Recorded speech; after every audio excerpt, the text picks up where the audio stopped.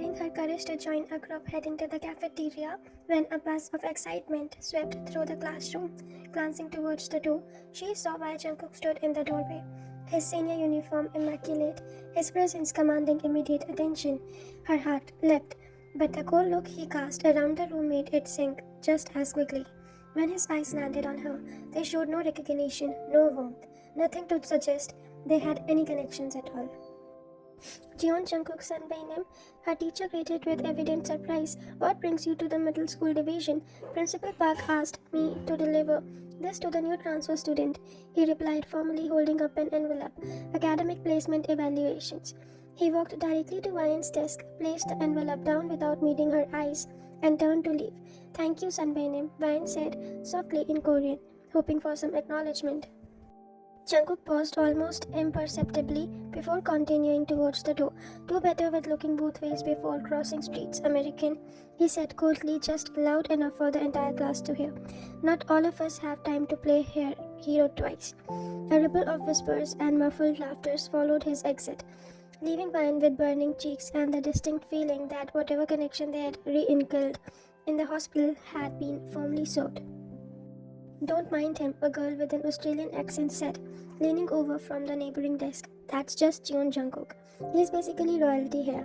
Perfect grades, perfect athlete, perfect everything. He doesn't talk to anyone below senior year, and even then only the elite." "I see," Van managed, trying to hide her disappointment. "I'm Ima, by the way," the girl continued. "Want to have lunch together? I can show you the ropes around here." Van smiled gratefully, pushing thoughts of Jungkook aside. "I'd like that." As she followed Ima to the cafeteria, she didn't notice the tall figure watching from around the corner, nor the way his expressionless face briefly softened when he saw her smile. What Van couldn't have known was that inside the envelope Jungkook delivered was not just the academic placement tests, but a small note hidden between the official pages. "Meet me at the cherry tree behind the music building after your last class. Come alone, don't acknowledge me in public. JK." She discovered it that evening while reviewing the document with her parents, and despite her resolve not to get her hopes up again, she couldn't help the flutter of anticipation in her chest. The next day, after an exhausting first full day of classes, Ryan made an excuse to her waiting bodyguard about meeting with a teacher and slipped away to the designated meeting spot. The cherry tree stood in a quiet corner of campus, partially hidden from the main buildings by the music facility. She waited for 15 minutes, beginning to think she had been fooled, when Jungkook suddenly appeared beside her, seemingly materializing from the shadows. "You need to be more careful," he said without preamble, his voice low and urgent.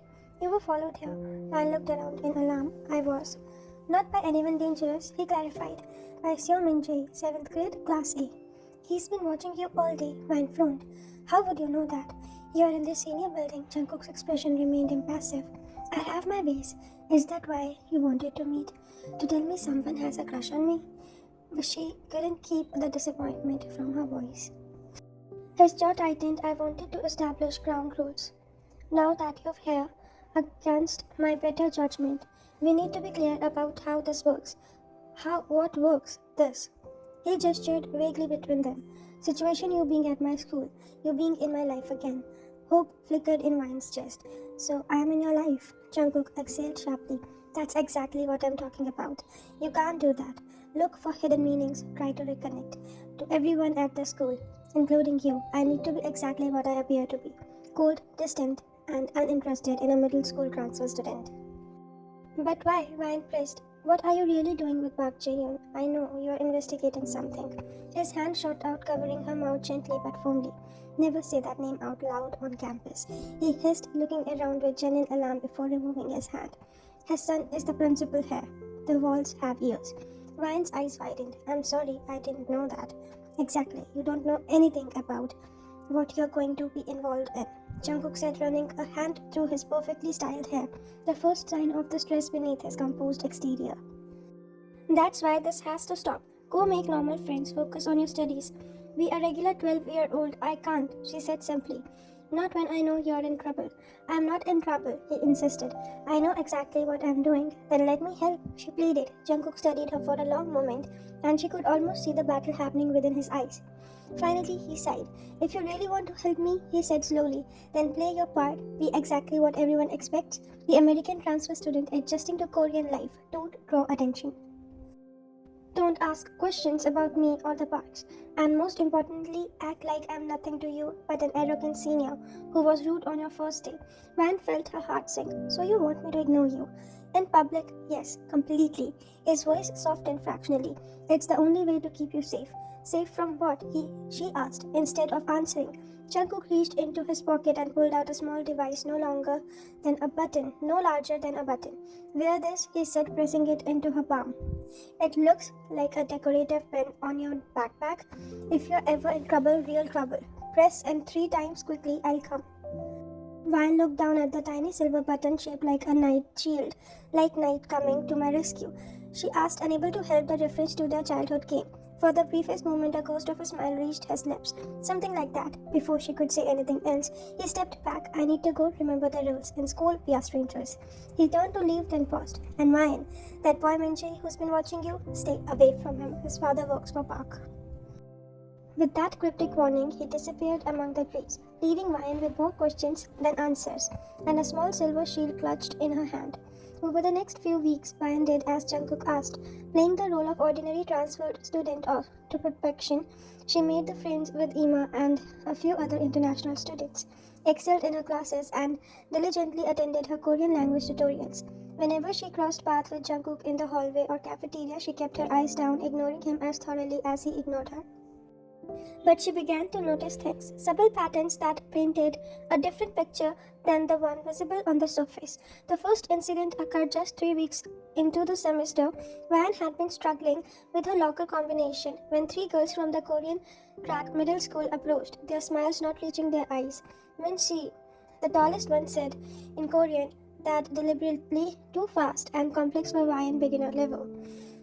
We were wondering why someone like you would transfer to a humble school. Though she couldn't understand all the words, Van recognized the tone and squared the shoulders. I'm sorry, my Korean isn't very good yet. She replied in careful Korean before switching to English. Could you speak more slowly, please? The girls exchanged looks. We heard your family left Korea in disgrace years ago. The leader continued in accidental English. That your grandmother caused a big scandal. Is that why you preferred and pretended not to understand Korean? Van felt her cheeks burn. Her grandmother had indeed been involved in a scandal decades ago, something involving a political marriage and a forbidden love affair. But it was ancient history. That had nothing to do with her. I don't know what you're talking about, she said, trying to move past them.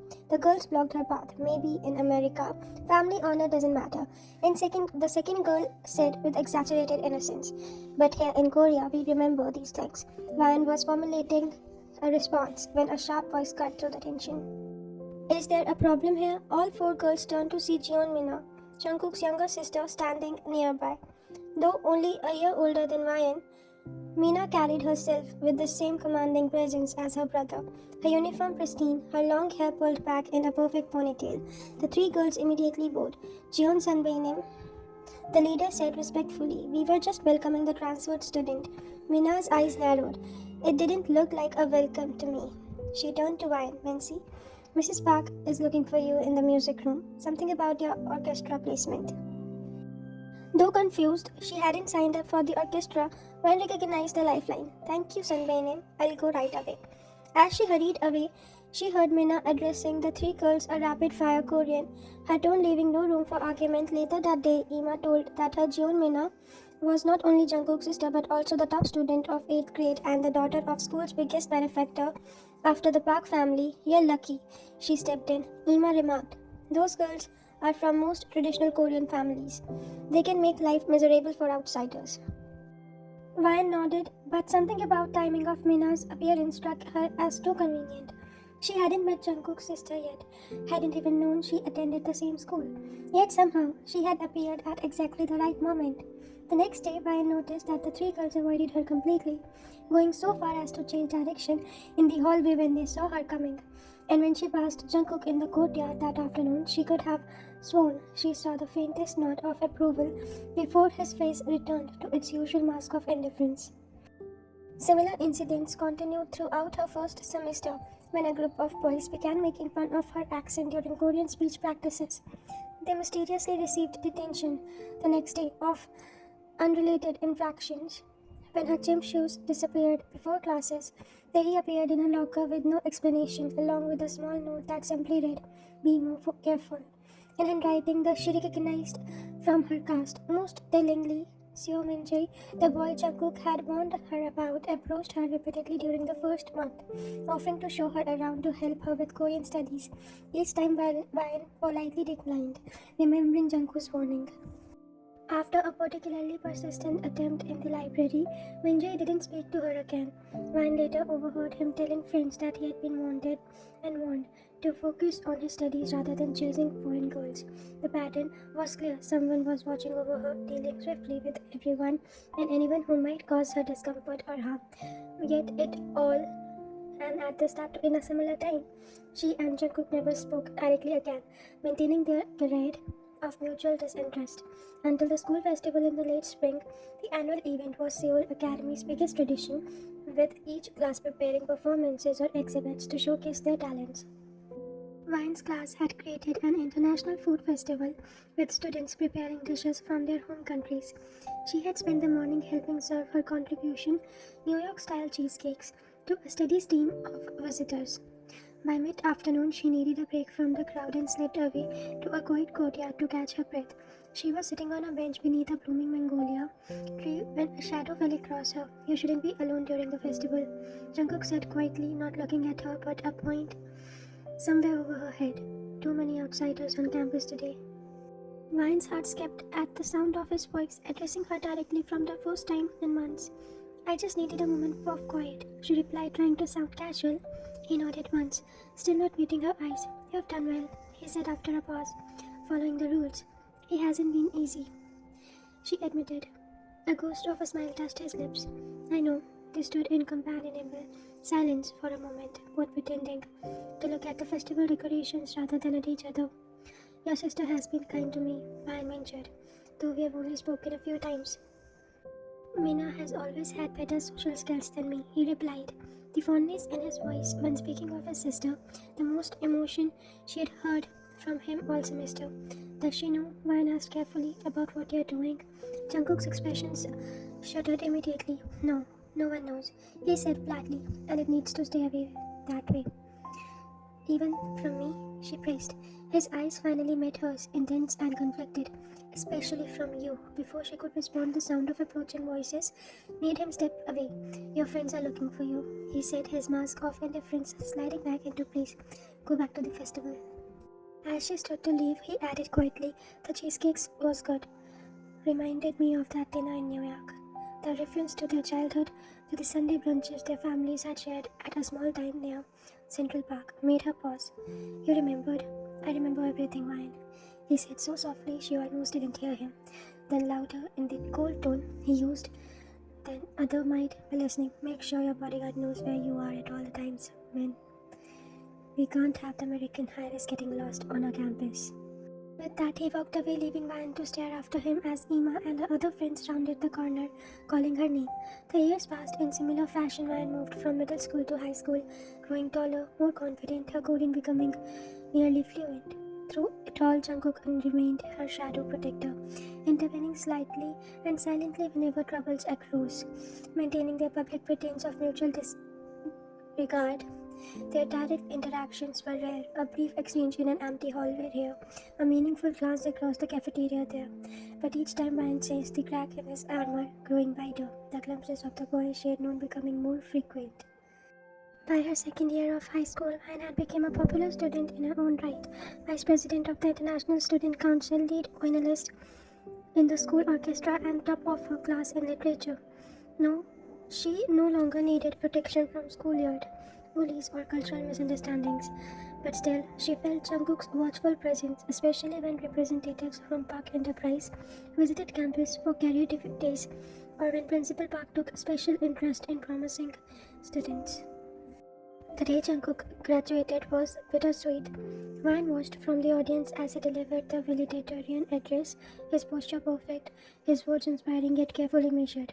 She knew he had been accepted to Seoul National University to study business and law, following the path that would keep him close to Park Jae-yoon and whatever secrets he was pursuing. After the ceremony, as families gathered to take photographs and celebrate, Ryan found herself alone near the school gates, having stepped away from her parents to give them a moment with old friends they had encountered. "Congratulations, Sunbainim," she said quietly as Jungkook appeared beside her, as he often did when no one was watching. "Thank you," he replied, his eyes scanning the crowd with the habitual vigilance she had come to recognize. "Will you still be watching over me now that you're leaving?" she asked, only half joking. His eyes met hers, serious and intense, always. The simple declaration made her breath catch. Jungkook," his grandfather called, waving him from across the lawn. "Photos."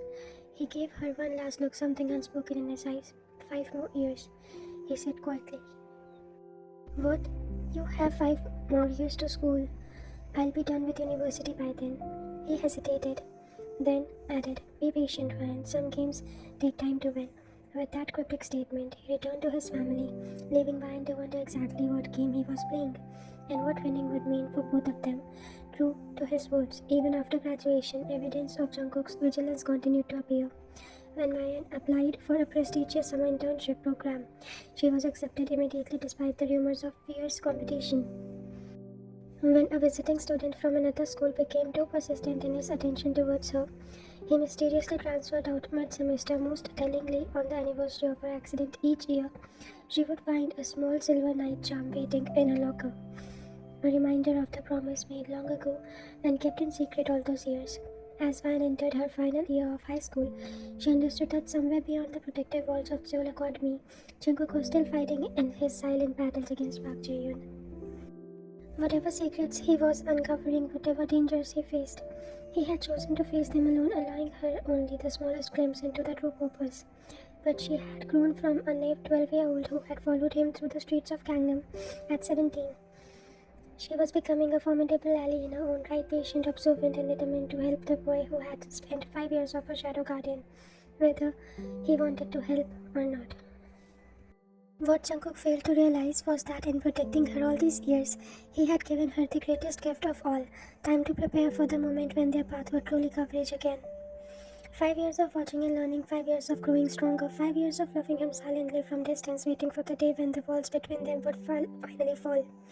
And as graduation approached, bringing with it the promise of university and adulthood, Ryan couldn't help but wonder if Jungkook's cryptic words had been more than just a reassurance. If perhaps they had been a promise of what awaited when his solitary mission finally reached his end.